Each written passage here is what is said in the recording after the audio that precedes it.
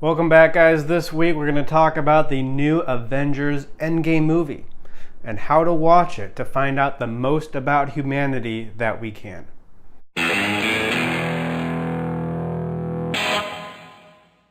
The Avengers Endgame coming out this weekend. How can we watch this movie? What is going on in this movie that says a lot about us? Clearly something is going wrong. This is much more than just a dumb superhero movie. It is a dumb superhero movie, but there may be something else going on as indicated by the last 3 Avengers movies grossed, like $6 billion? Movies do not make $6 billion just having a bunch of cool special effects and having a bunch of cool characters.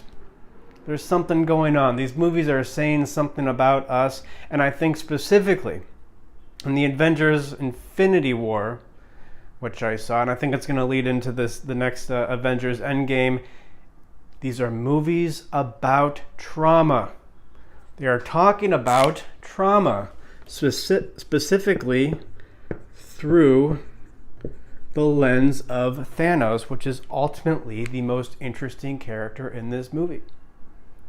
None of the other Avengers are that interesting, ultimately, because they don't really do anything. They just respond to what Thanos does.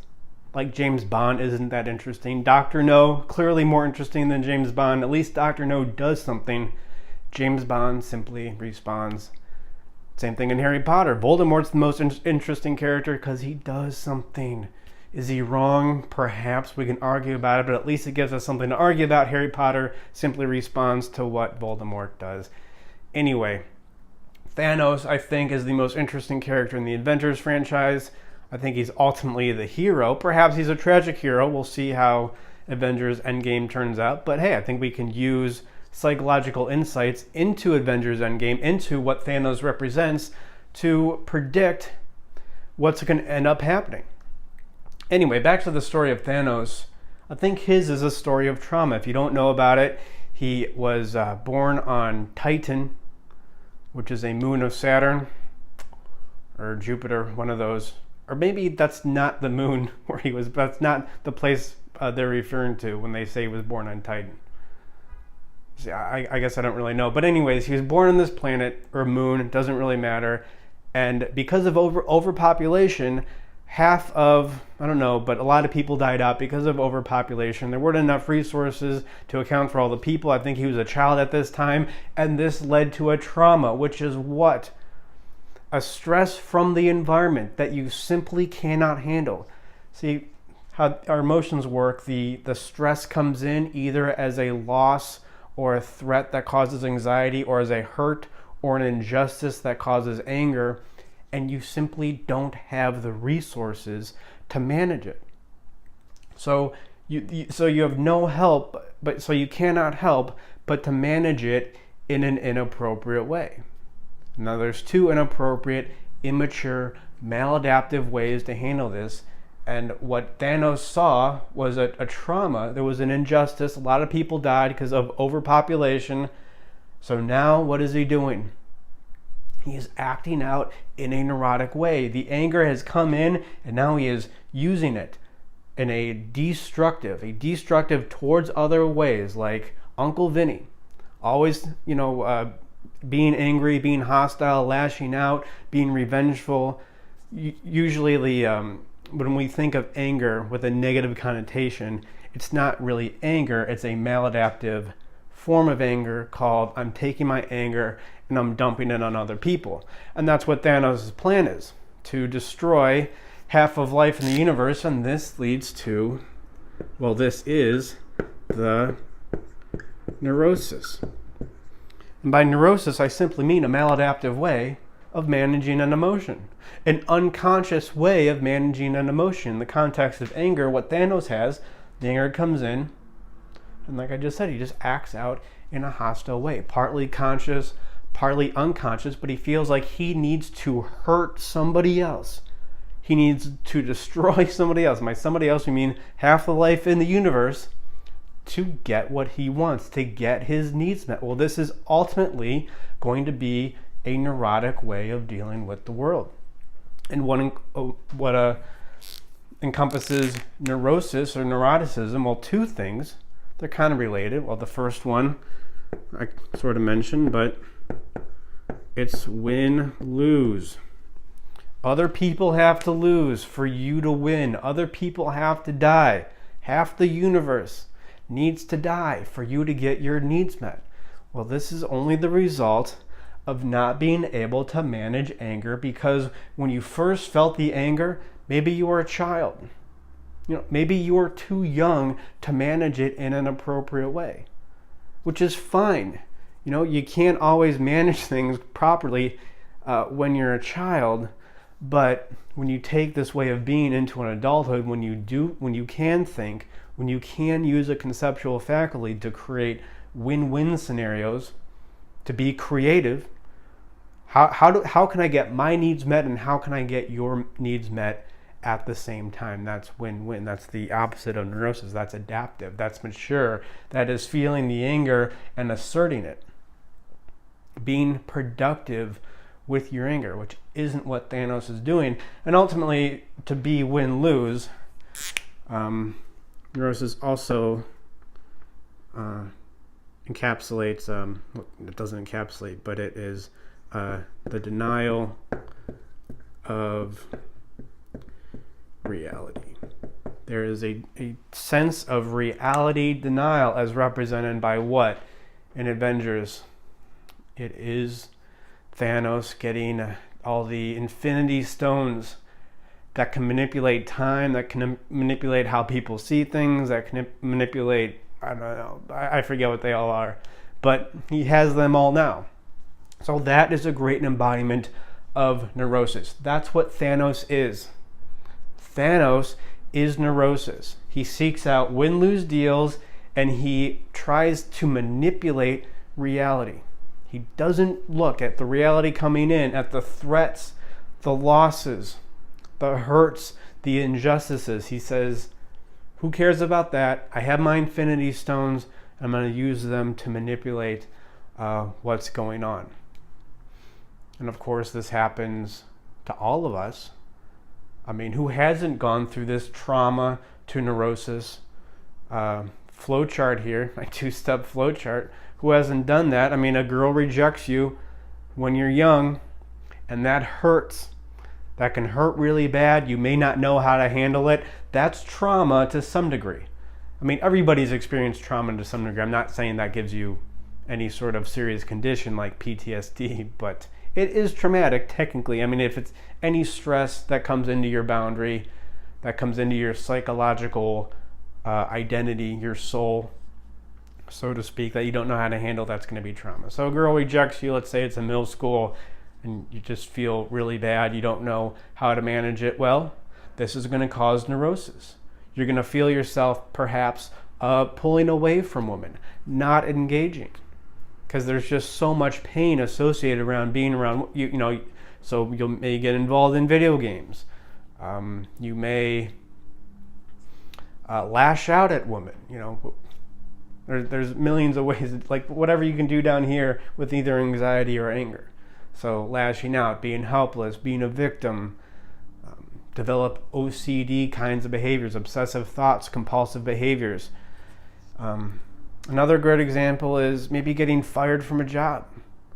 Maybe you were fired unjustly. I don't know, and you're really putting a lot of work in. You got fired.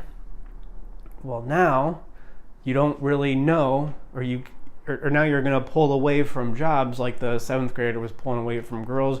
Now the next job you get, you're going to engage less. You're not going to be a part of it. You're going to be much more suspicious, and that's of course going to make you a worse employee, making you much more likely to be fired in the future. And of course, neurosis always creates a I'll just say self-fulfilling prophecy, an SFP. I mean, if you interact under the notion that you are living in a world where you can only make win-lose deals and you deny reality, then you will naturally fail. It is just not going to work out for you very well. Because of the premises that you take and how your beliefs inform your behavior, it's going to handicap your behavior. You're going to be much less likely to succeed. That is the self-fulfilling prophecy. And the only way to solve this downward, not even a downward spiral, just going downhill, is to go back up here and look at the trauma. And you know what's good for doing this? You know what's good for understanding trauma and even just understanding neurosis? You just go to both things. It's not like you do one or the other, but you understand where the neurosis comes from by looking at the trauma. And these things called archetypes. It's a Jungian term. Well, Jung didn't invent the term, but he applied it to psychology, and essentially he said that there's fundamental ways of acting and being in this world that can inform what to do in certain situations. And you know what's a great representation of different archetypes? Of course, the Avengers. That's what they are. They represent different aspects of humanity. I mean, Iron Man represents one thing. Captain America, he's going to represent somebody else. He's going to have a slightly different ethical perspective than Iron Man, which I think was the premise of the whole Civil War movie.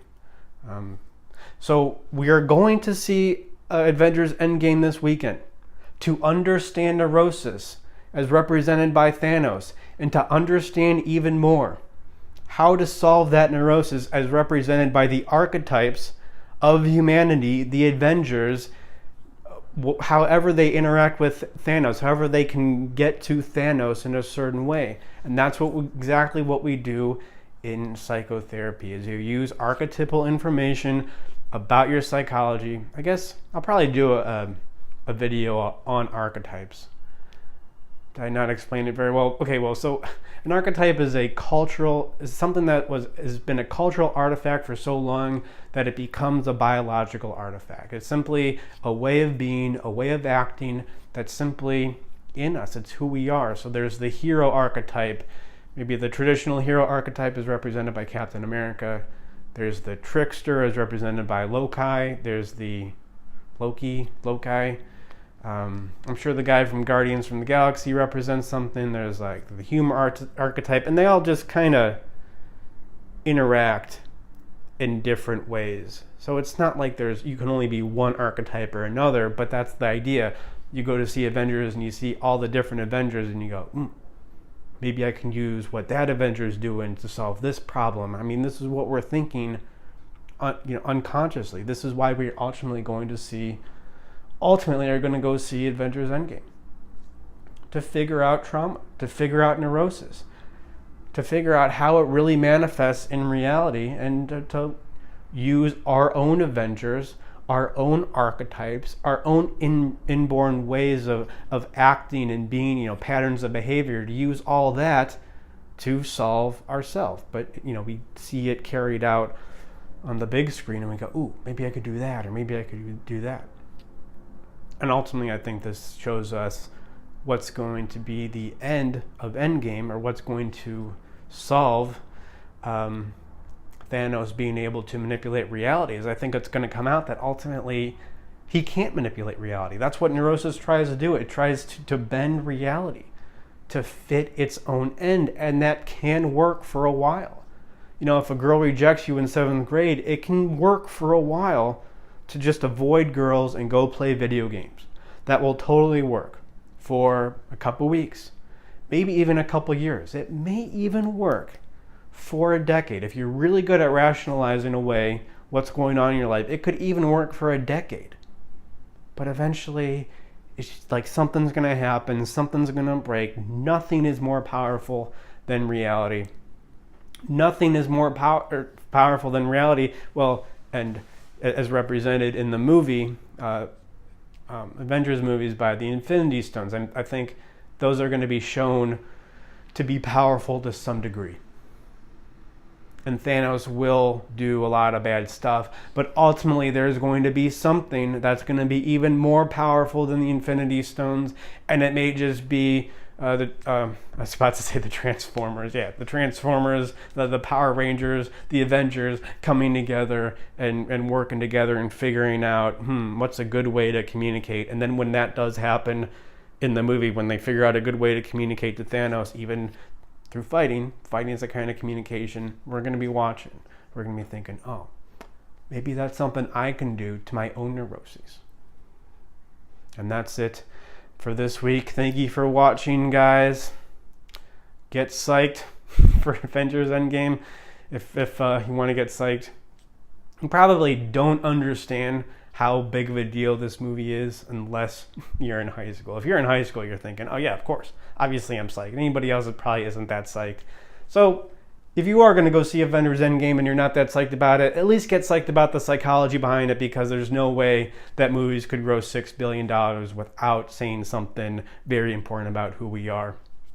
Thank you again. Like and subscribe, and always remember that when we go to see Avengers Endgame this weekend, we're ultimately going to see a movie about ourselves.